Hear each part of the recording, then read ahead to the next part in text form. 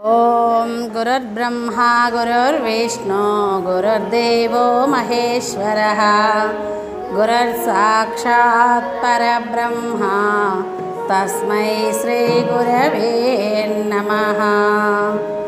ओम गुरवे सर्वलोकानां भिषजे भवरोगिणां निधये सर्वविद्यानां दक्षिणामूर्तये नमः। ओम श्री गुरुभ्यो नमः।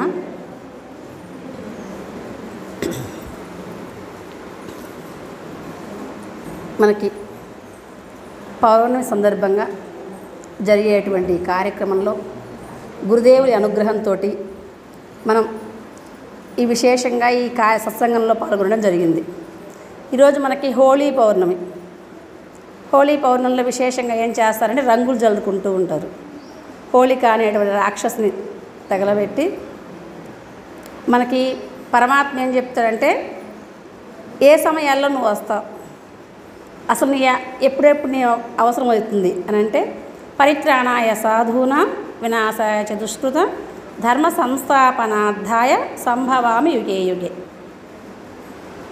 ఎవరైతే సాధులైనటువంటి వారిని బాధ పెడుతూ ఉంటారో అటువంటి వారి బాధను చూడలేక ఆ సమయాల్లో నేనే వస్తా. ప్రహ్లాదులు వచ్చే ముందుగా నారదులు వాడు అడుగుతారు, ఏంటి స్వామి ఆయన ఎప్పుడు చనిపోతాడు, హిరణ్యకశిపుడు ఇంత సేట ఏదిస్తున్నాడు జనాల్ని, ఇంత సేట ఏదించే హిరణ్యకశిపుడి బారి నుంచి మేము ఎప్పుడు తప్పించుకోగలుగుతాం అని అంటే భాగవతంలో ఒక మాట చెప్తారు, శుద్ధ సాధులందు శృతులందు గోవులందు స్త్రీలయందు వాడు ఎన్నడలుగు నాడే హింస చెందు. సాధులైనటువంటి మహాత్ములకి ఒక అవకాశాన్ని పరమాత్మ ఇవ్వడం జరిగింది. ఎవరి యందు నా ఇష్టం లేనటువంటి ఎవరి యందైనా ప్రేమ నాకు లేదు, ద్వేషం కూడా నాకు లేదు. ఏ యథా మాం ప్రపద్యంతే తాం తదైవ వజామ్యహం మమ వర్త్మానువర్తంతే మనుష్యాః పార్థ సర్వశః. అర్జున, ఎవరు ఏ ఏ విధంగా నన్ను భావించుకుంటూ ఉంటారో, ఏదేది కావాలని కోరుకుంటూ ఉంటారో, కోరుకున్న దానికి తగ్గట్లుగా ఎలా ప్రపత్తి చేస్తారో దాన్ని బేస్ చేసుకుని అన్నీ ఇవ్వడం జరుగుతుంది. తాం ఏ యథా మాం ప్రపద్యంతే. అందరూ ఒకే ఆలోచనతో పరమాత్మ దగ్గరికి రారు అంటూ ఉంటారు. కానీ అబ్బా పరమాత్మ అందరినీ మార్చవచ్చు కదా, మోక్షం ఇవ్వచ్చు కదా, ఒక్కలానే ఉంచవచ్చు కదా అని. మనం ఇక్కడ ఇంతమంది ఆడవాళ్ళు ఉన్నారు, ఒకే రంగు చీరే నచ్చదు అందరికీ. ఒకరికి తెలుపు ఇష్టం, ఒకరికి నలుపు ఇష్టం, ఒకరికి ఎరుపు ఇష్టం, ఒకరికి ఆకుపచ్చ ఇష్టం, ఒకరికి పింక్ ఇష్టం. ఏం బాగుంటుంది ఈ కలరు, ఇదే చాలా బాగుంటుంది, ఇదే మనిషికి బాగా కట్టొచ్చిడిగానే వచ్చిందని చెబుతాం. అంటే తనకిష్టమైనటువంటి రంగునే ఎంచుకుంటామే తప్ప విడిగా ఉన్నటువంటి రంగును మాత్రం అందరం ఇష్టపడం. ఒకే రంగే మనకు నచ్చట్ల. ఒక రకమైనటువంటి కూరనే 4 రకాలుగా చేస్తూ ఉంటాం. కూరగాయ ఒక్కటే కానీ దాన్ని 4 రకాలుగా మనకు 10 రకాలుగా చేస్తూ ఉంటాం. అలానే మనస్తత్వాలు కూడా ఒకే రకంగా ఉండవు. పరమాత్మ కాడికే వచ్చాం, గురుదేవుడి కాడికే వచ్చాం, సత్సంగంలోనే పాల్గొన్నాం, కానీ భావాలు మొత్తం ఒకే రకంగా ఉంటాయా? పొరపాటు కూడా ఉండవు. చూసినటువంటి వాళ్ళల్లో జనాలు చాలా రకాలుగా ఉంటారు. మనకి భాగవతం చెప్పేటువంటి సమయంలో భాగవత మహత్యం అని ఒక కథను చెప్తారు. ఈ భాగవత మహత్యం ఏంటి అని అంటే, భాగవత మహత్యంలో గోకర్ణుడు దుందుకారుడు అనేటువంటి వాళ్ళ చరిత్ర చెప్పడం జరిగింది. ఈ దుందుకారుడు అనేటువంటి ఆయన ఒక మహర్షికి సంతానం. ఒక మహర్షికి పెళ్లి జరిగిన తరువాత ఎన్నాళ్ళున్నా పిల్లలు కలగలేదు. కలగకపోయేసరికల్లా అక్కడ ఉన్నటువంటి ఆయన అయ్యో అపుత్రస్య గతిర్నాస్తి అని మనకి లోకంలో ఒక ఆర్యోక్తి, పుత్రులు లేనటువంటి వారికి గతులు లేవు అని చెప్పేసి, పుత్రుడుంటే పున్నామ నరకాడి నుంచి తప్పిస్తాడు అని చెప్పేసి, ఇది పూర్వంలో ఉండేటువంటి మాట. ఇప్పుడు నరకానికి అక్కడ కాదు ఇక్కడ చూపిస్తున్నారు పుత్రులు, అక్కడికి పోయే పని లేదు, ఇక్కడే ప్రత్యక్ష నరకం చూపించే పుత్రులు కూడా చాలామంది ఉన్నారు. ఫ్యాషన్ కదా, కలియుగం ఫాస్ట్ యుగం, ఫ్యాషన్ ఫ్యాషన్ ఫ్యాషన్ అని చెప్పేసి ఇంట్లో వాళ్ళని పట్టించుకోవడం వదిలేస్తున్నారు. కలియుగ ధర్మం ఎలా ఉంటుందంటే భారతంలో ఒక కథలో చెప్తారు, ధర్మరాజు గారు కలియుగంలో తీవ్రం చాలా ఉంటుంది, ఇబ్బందులు చాలా వస్తాయి, వాటిని ఇష్టంగా చూస్తూ ఉంటారే కానీ ఒక్కళ్ళు కూడా దాన్ని విచారించరు అని చెప్తుంటే ఎలా ఉంటాయి అన్నయ్య పద్ధతులు మొత్తం అని అడిగారు. భీముడు, అర్జునుడు, నకులుడు, సహదేవుడు. జనాలు ఎక్కువ ప్రాక్టికల్ చూపిస్తే నమ్ముతారు, అందుకని ప్రాక్టికల్ చూపించడం కోసం ఒక 4 బాణాలు వదిలేడు. 4 దిక్కులు పోయి 4 బాణాలు తీసుకొని రమ్మంటే 4 బాణాలు తీసుకోవడానికి వచ్చారు, వెళ్ళారు, తీసుకొని వచ్చారు. అయ్యో ఏందన్నయ్యా ఒక్కొక్క చోట ఇలా జరుగుతుందని తలా ఒక వింత చెప్పారు. ఏంటి ఆ వింత అంటే ధర్మరాజు భీముడు పోయినటువంటి కళ్ళి 5 బావులు ఉన్నాయట ఒకే చోట, 4 బావుల్లో నిండు నీళ్ళు ఉన్నాయట చుట్టూ, మధ్యలో బావి మాత్రం నీళ్ళు. ఇదేంటి మరి 4 బావులు పక్క పక్కన దూరంగా ఉంటే ఏం పర్వాలేదు, కానీ పక్క పక్క ఆనుకొని ఉన్నాయి, ఆనుకొని 4 బావుల్లో నీళ్ళు ఉన్నాయి, ఒక్క బావిలో మాత్రం నీళ్ళు లేవు. ఇదేంటి అన్నయ్య వింతగా ఉంది అంటే కలియుగం ఇలానే ఉంటుందిరా అని చెప్పాడు. నీళ్ళు లేకపోవడం కలియుగమా? కాదు, చుట్టూ ఉన్నటువంటి ఆస్తిపరులు చాలామంది ఉంటారు, కానీ మధ్యలో ఒక భేదం ఉంటే పట్టించుకునే కోరిక ఉండదు, సహాయం చేయాలనే ఉద్దేశం ఉండదు. ఇది కలియుగ లక్షణం. ఈ 4 చేతులు వేస్తే ఉన్నటువంటి ఆ బావికి ఇబ్బంది ఏం రాదు, కానీ ఏద్దామన్న చెయ్యి మాత్రం ఉండదు. ఇది కలియుగ మొదటి లక్షణం. అర్జునుడు చెప్పాడు, అన్నయ్య అసలే ఈ వింత నేను ఎక్కడా చూడలేదు అంటే ఏం వింత చూసావు? ఒక ఆవు దూడని నాకుతా ఉంది, దీంట్లో వింత ఏముంది? ఆవు దూడని నాకడం వింత ఏం కాదు కదా, ఆవు దూడని నాకడం వింత కాదు, రక్తం వచ్చేట్టు నాగుతుంది. దాన్ని 10 మంది చూస్తానే ఉన్నారు, ఏమంటలేదు. ఇది వింత అనలు. కలియుగంలో మానవుల పని ఇంతే ఉంటుంది అయ్యా అని చెప్పాడు. అదేంది? పిల్లగాళ్ళు జడగొట్టే తల్లులు మాత్రమే, తల్లిదండ్రులే. వాడు ఎంత అడిగితే అంత డబ్బులు ఇవ్వడం.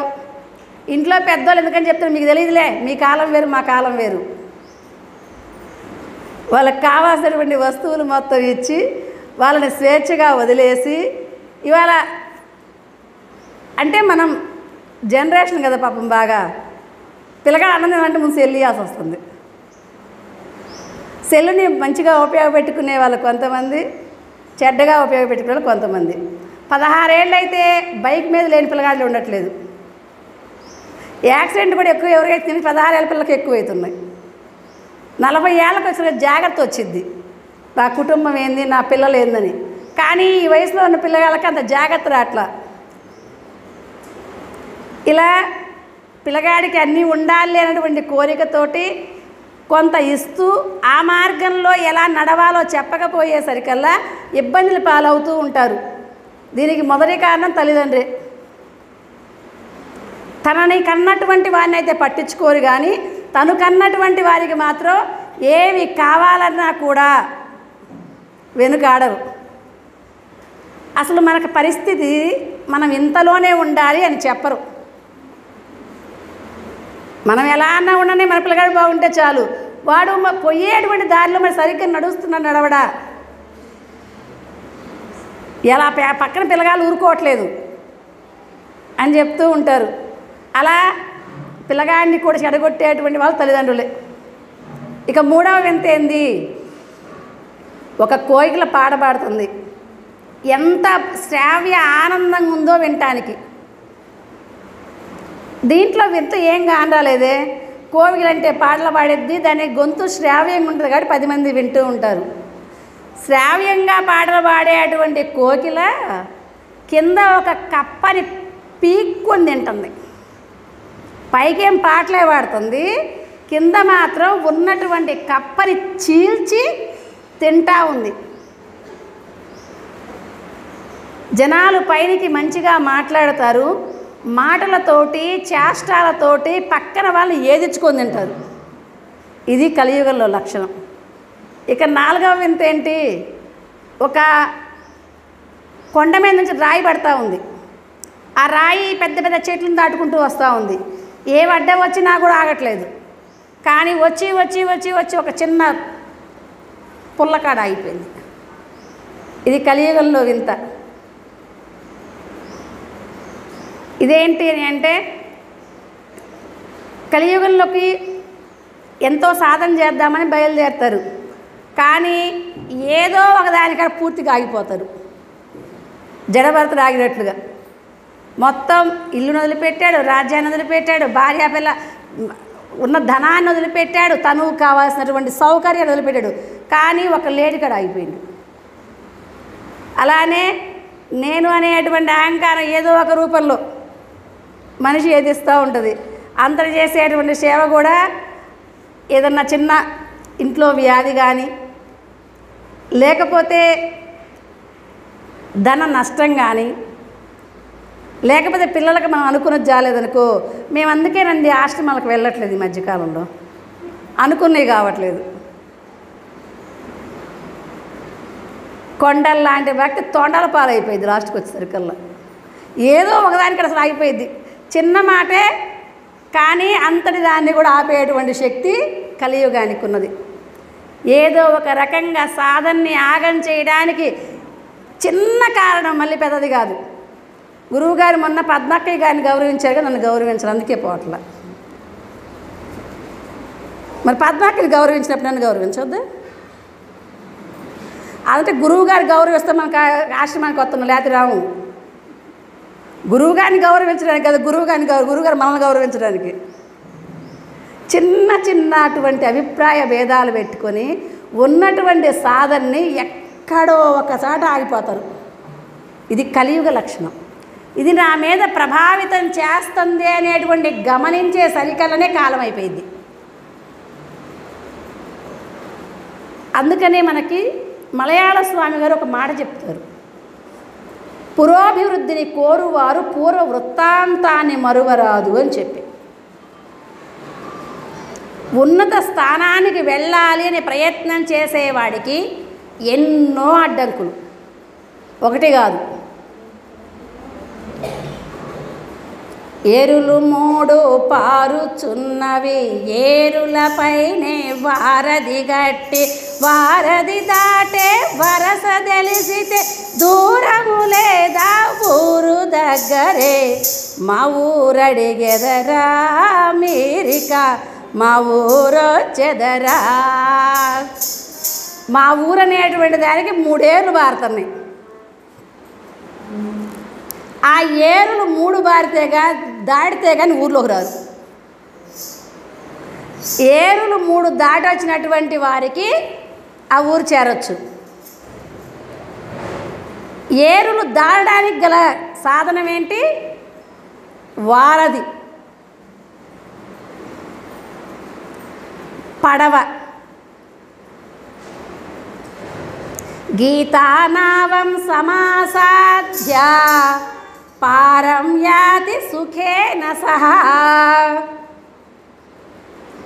మనకి భగవద్గీత చెప్పినటువంటి మాట, సంసార సాగరం ఘోరం తర్తుమిచ్చతి యో నరః, గీతానావం సమాసాధ్య పారం యాతి సుఖేన సహా.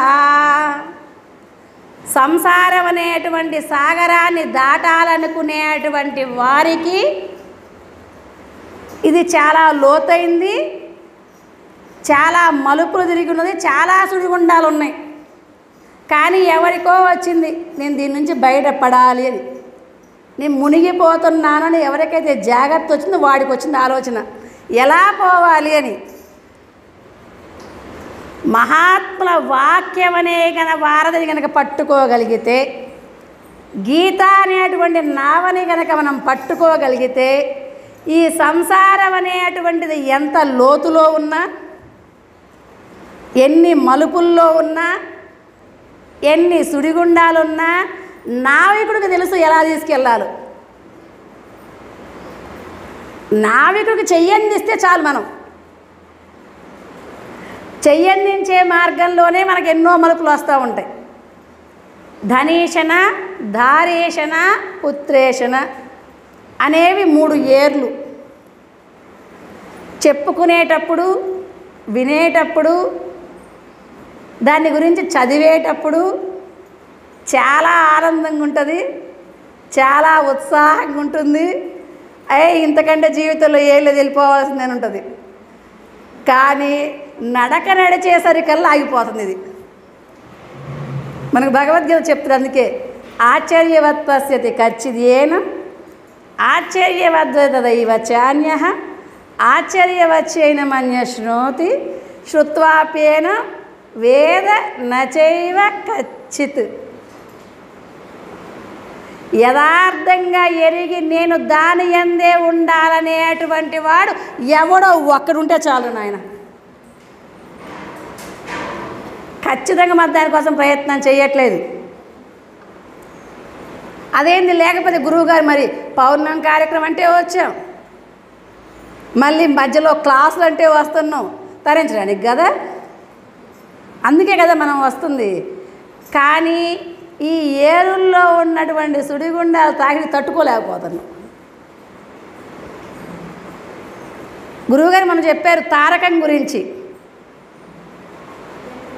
7 చక్రాలు, వాటిల్లో ఉండేటువంటి అక్షరాలు, అక్షరాల్లో ఉన్నటువంటి బీజాలు, చక్ర అధీశ్వరులు, అష్టపద్మాల దళం. మొత్తం వినేటప్పుడు ఎలా ఉంది? దేహం దేవాలయం అనే మాట వాస్తవమే, దీంట్లో సంశయం లేదు. ఏమైనా సంశయం ఉందా? ఇన్ని మన దేహంలో ఉన్నాయా? ఆశ్చర్యవత్ పశ్యతి కచ్చిదేనం. గురువుగారు చెప్పినంతసేపు 4 గంటలు, మళ్ళీ ఒకరోజు సేపు కాదు, 4 గంటల సేపు ఆశ్చర్యంగానే చూసాం. అబ్బా గురువుగారు మీరు చెప్తుంటే ఎంత ఆనందంగా ఉందో, ఎంత ఉందా నా దేహంలోని. ఆశ్చర్యవత్ పశ్యతి కచ్చిదేనం. ఆశ్చర్యం గురువుగారి కల్లే చూసును, గురువుగారి కల్లి చెప్పే అక్షరాల కల్లే. ఆశ్చర్యవద్వదతి అంటే వాటి గురించి చెప్పుకున్నాం. ఆశ్చర్యవచ్చైన మన్య శృణోతి, దాని గురించి విన్నాం. మనస్సు ఒడిదుడుకులలో ఏకం గనక అయితే నిజంగా ఉన్నట్లే. సాఫీగా ఉన్నంతసేపు కాదు, ఇక్కడి నుంచి వెళ్ళిన తరువాత ఇంట్లో సాధక బాధకాల సమయాల్లో కూడా దేహో దేవాలయ ప్రోక్త అనే మాట తెలిసినటువంటి సమయంలో ఇంట్లో ఏ ఇబ్బంది మనల్ని బాధించదు. ధనం ఇబ్బంది కానీ, వ్యాధి ఇబ్బంది కానీ, కుటుంబంలో కష్ట నష్టాల ఇబ్బందులు కానీ అసలు బాధించవు. బాధించినటువంటి వాళ్ళే రమణ మహర్షి వాళ్ళు. వచ్చింది వ్యాధి అనేటువంటిది ఉభే సుకృత దుష్కృతే. మనం 2 కర్మలు చేసి వచ్చాం. సుకృత కర్మలు కొన్ని, దుష్కృత కర్మలు కొన్ని. ఆశ్రమం పక్కనే మల్లెపూల చెట్టు ఉంది. ఆశ్రమానికి కొంచెం దూరంలోనే మురికి తొట్టు ఒకటి ఉంది. 2 గాళ్ళు మన కాడికి వస్తాయా, రాకుండా పోతాయా? మల్లెపూల వాసన వచ్చింది కదా, మురికి తొట్టు వాసన రావడం అవసరమా? మల్లెపూల చెట్టు వాసన వస్తే మనకు ఆనందం. అదే అటునుంచి గాలి వేస్తూ ఉంది, ఇప్పుడే వాసన వచ్చింది, మురికి తొట్టు వాసన వచ్చింది. దీన్ని పీల్చేటప్పుడు అందరికి ఆనందం వేసింది, కానీ దాన్ని పీల్చేటప్పుడు ఈడ ఉండలేనటువంటి బాధ వచ్చింది. అలానే మనం కూడా జన్మకి రావడానికి గల కారణం సుకృత కర్మ, దుష్కృత కర్మ. సుకృత కర్మలు వచ్చినంతసేపు అందరం చాలా ఆనందంగా ఉంటాం, విన్నటువంటి వాటిని నిజమే అంటాం, సాధనలో వాటి గురించి యోచన చేస్తాం. కానీ దుష్కృత కర్మ ప్రభావం బయలుదేరిందే అని అనుకో, మనస్సు అంత చంచలంగా తయారైద్ది. అటువంటి దానికి మనం ప్రయత్నం చేయకుండా మన లోపల ఉన్నటువంటి మన పద్మం లెక్క చెప్పారు. ఈశాన్యం దిక్కు వైపునప్పుడు ఒక ఆలోచన, నైరుతి దిక్కు పోయినప్పుడు ఒక ఆలోచన, దక్షిణ దిక్కుకు పోయినప్పుడు ఒక ఆలోచన. ఇది పద్మంలో జీవుడు తిరిగే దాన్ని బట్టి వచ్చింది. అది గమనిక ఉన్నటువంటి మనకి ఈ పరిస్థితులు ఏవి బాధలో మాత్రం ఉండవు, సహజం.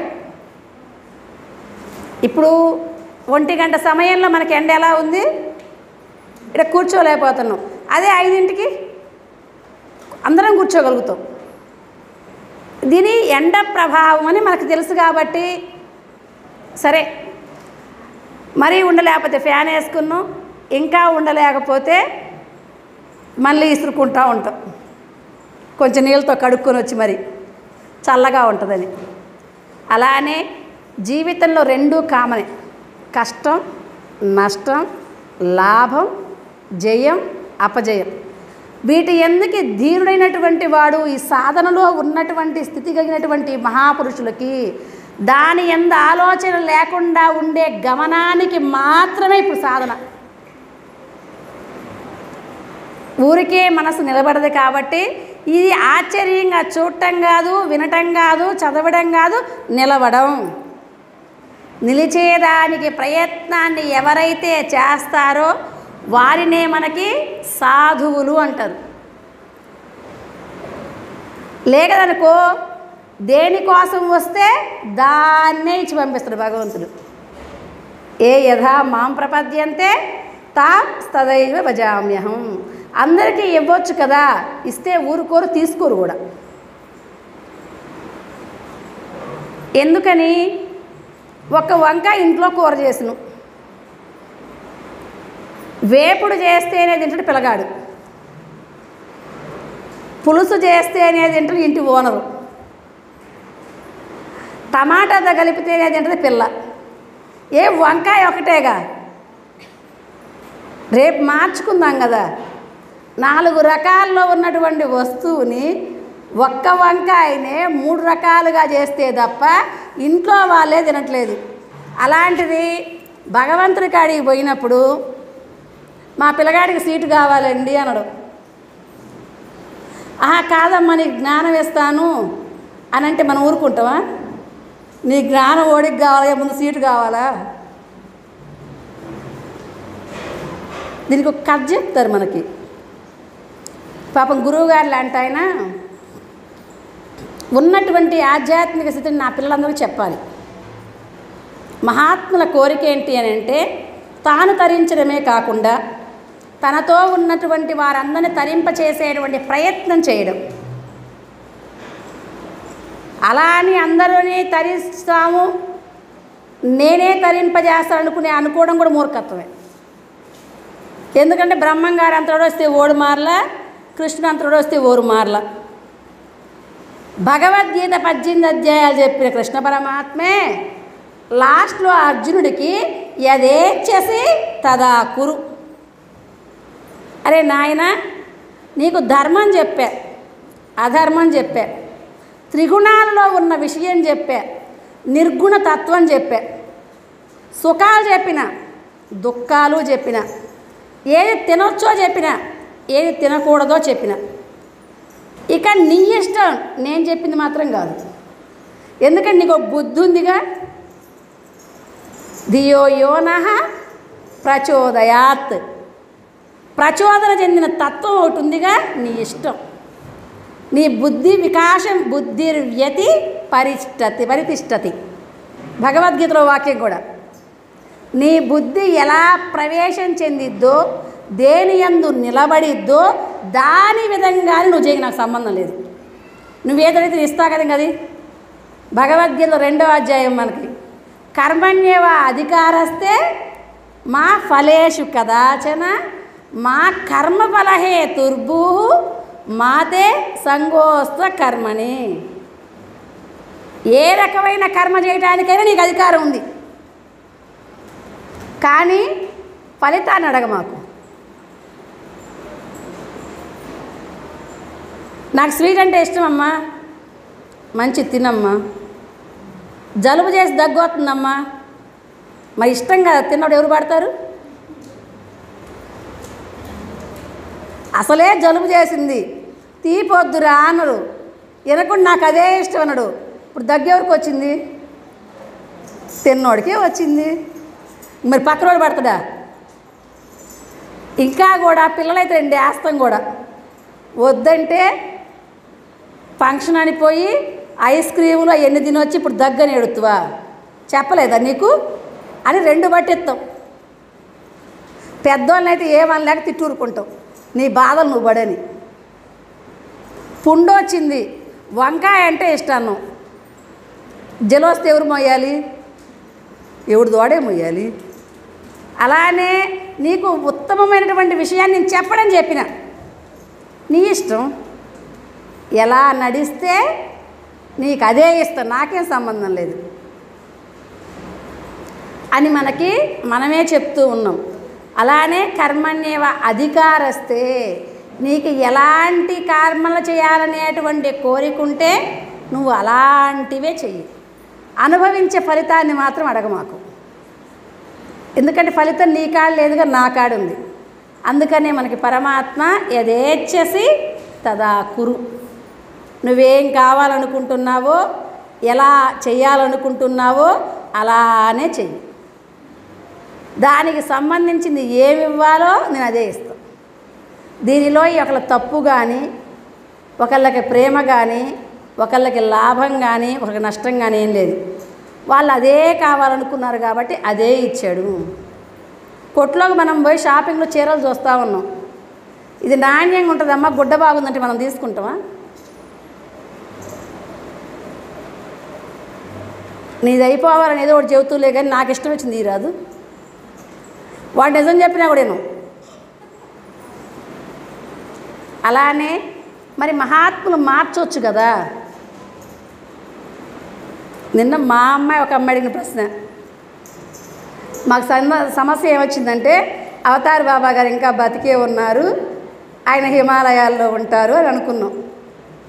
అంటే ఆ అమ్మాయి అంటది, అక్క మహాత్ములు మరి అక్కడ హిమాలయాల్లో ఉండకపోతే ఏమైంది, ఇక్కడికి వచ్చి జనాలను మార్చవచ్చు కదా అని. రోజు ఆదిత్య హృదయం స్తోత్రం చేస్తారు వాళ్ళ కొడుకులు 2 చిన్నప్పుడు. ఇప్పుడు వాళ్ళే ఇంటర్లన్నమాట. తన పిల్లగాళ్ళే రోజు చేసేటువంటి స్తోత్రాల్లో ఉన్నటువంటి విషయాన్ని పెద్దవాడైతే వాళ్ళే ఇంటర్లా. మరి మహాత్ములు వచ్చి అయితే మాత్రం వింటారా? గురువుగారి కాడికి వచ్చిను, సాధనలో కూర్చోమన్నాడు, గురువుగారు నువ్వు చెప్పింది బాగానే ఉంది, కాలు నొప్పి పుడుతుందండి. వ్యవహారానికి మాత్రం 3 గంటలే కూర్చుంటానండి.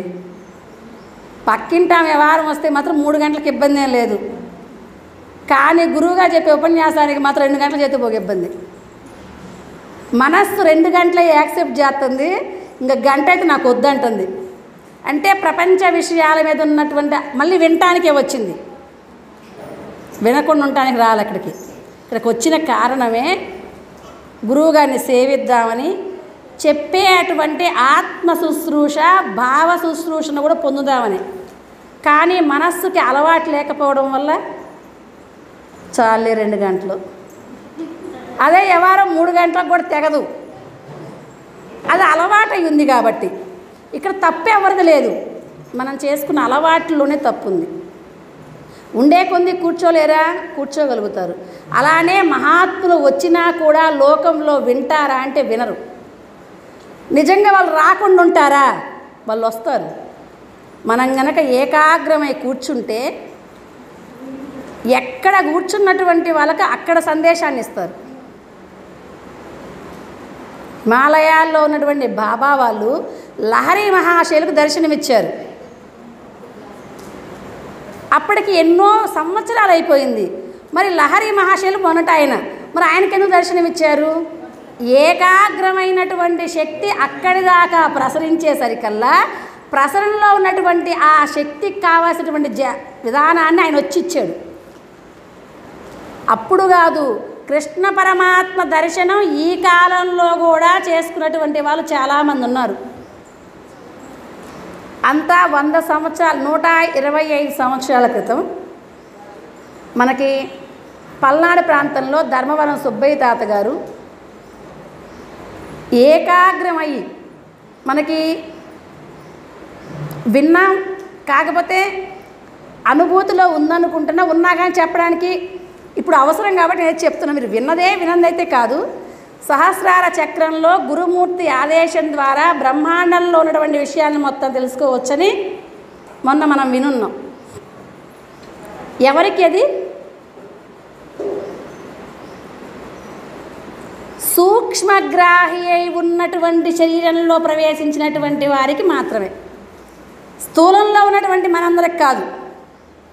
ఈ స్థూలంలో ఉన్న మనమే సూక్ష్మంలో గనక వెళ్ళగలిగితే సూక్ష్మాంశ సంభూతమైనటువంటి వారందరి దర్శనం కూడా మనకు అయ్యిద్ది. దాంట్లో ఏ రిమార్కు లేదు. అలా సూక్ష్మాంశంలో ఉన్నటువంటి మనం స్థూల రూపం కూడా కావాలి అంటే వాళ్ళు వస్తారు, వాళ్ళకే ఇబ్బంది లేదు. ఎందుకంటే వాళ్ళు అండ పిండ బ్రహ్మాండాల అంతటా ఉండగలిగినటువంటి శక్తిపరులు కాబట్టి సాకారంలో కావాలంటే సాకారానికి వస్తారు, నిరాకారంలో కావాలనుకుంటే నిరాకారంలోకి వస్తారు, వాళ్ళకేం ఇబ్బంది లేదు. కానీ సూక్ష్మ ప్రవేశం చేసినటువంటి రూపంతో మొదలు దర్శించినటువంటి వారికి అవకాశం. సుబ్బయ్య తాత గారు అరక తున్నుకుంటూ కవిత్వం రాసుకుంటే కృష్ణ పరమాత్మ వచ్చి అరగదోలాడు.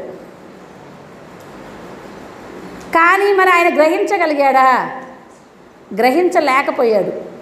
తరువాత మళ్ళీ గుళ్ళో పోయినప్పుడు ఆయన దర్శనం అయింది. మహాత్ములు మనకు కావాలనుకుంటే దర్శనం ఇస్తారు, దానికి తేడా ఏం లేదు. కానీ మనం ఆ రూపంలోకి వెళ్ళామా? 2 శుశ్రూషలు అయితే మనందరికి వచ్చాయి. ఏంటది? స్థాన శుశ్రూష, అంగ శుశ్రూష. ఇంకా 2 కూడా వస్తాయి కదా, భావ శుశ్రూష, ఆత్మ శుశ్రూష.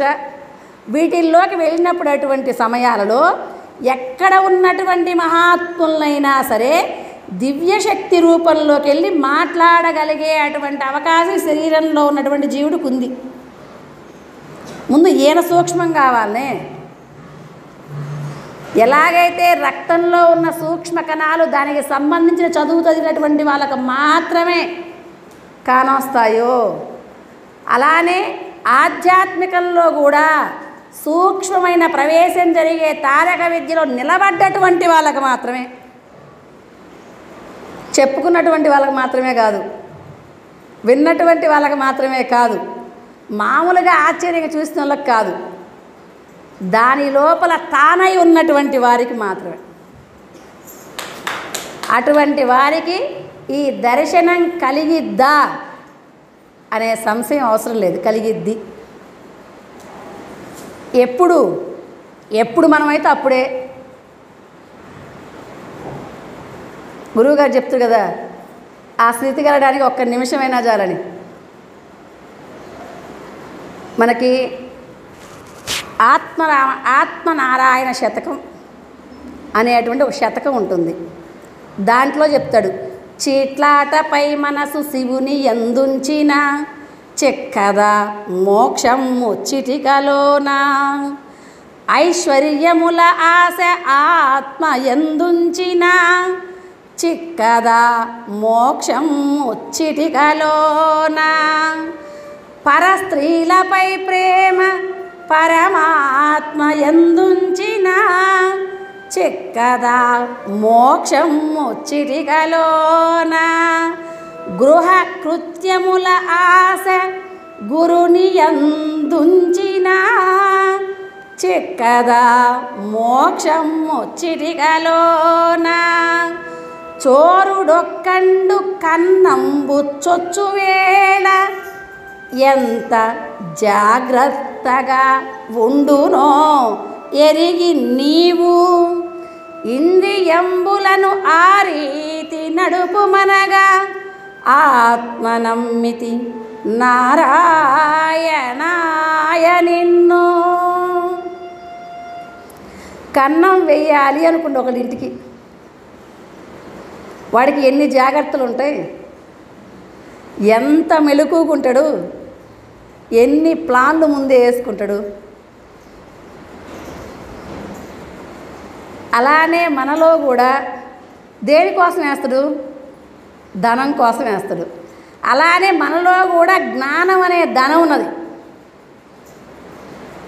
వాడు వస్తుందంటే ఇంట్లో ఎంత జాగ్రత్తగా ఉంటారో తెలిస్తే ఎట్నుంచి వస్తున్న సీసీ కెమెరా చుట్టూ పెడతాడు. అలానే చోరుడొక్కడు కన్నంబు చొచ్చువేళ, వాడి ఇంద్రియాలను ఎట్టా వీళ్ళందరినీ తప్పించుకొని పోవాలని చూస్తాడో మనం కూడా ఈ అరిషడ్వర్గాలకి, ఈశనత్రయాలకి, వాసనత్రయాలకి, అష్టమదాలకి దూరంగా వీళ్ళందరినీ తప్పించుకొని అక్కడ ఉన్నటువంటి దాన్ని తీసుకొని రావాలి. అప్పుడు మన సూక్ష్మగ్రాహ్యత్వం చాలా జాగ్రత్తగా ఉండాలి. పెద్దగా ఏం అవసరం లేదట.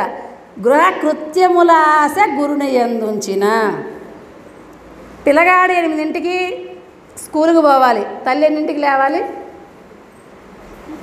7ంటికి లేచి సరిపోయిద్ది.